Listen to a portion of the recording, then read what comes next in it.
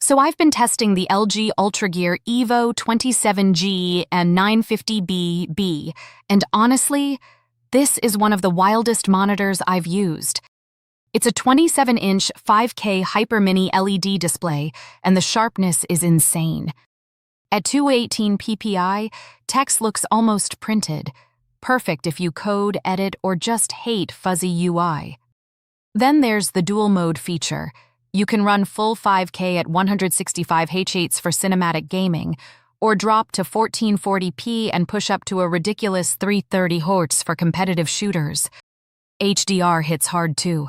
1250 nits peak brightness makes highlights really pop, and blacks stay surprisingly controlled thanks to the mini LED zoning. But here's the catch. You need a serious GPU to actually use this thing properly, and it's definitely not cheap at around $200. So, is it worth it? If you've got a top-tier setup and want one monitor that does both productivity and esports at a high level, then yeah, this is it. The LG UltraGear Evo 27GM950B is basically a luxury hybrid display. Not for everyone, but impressive when it fits.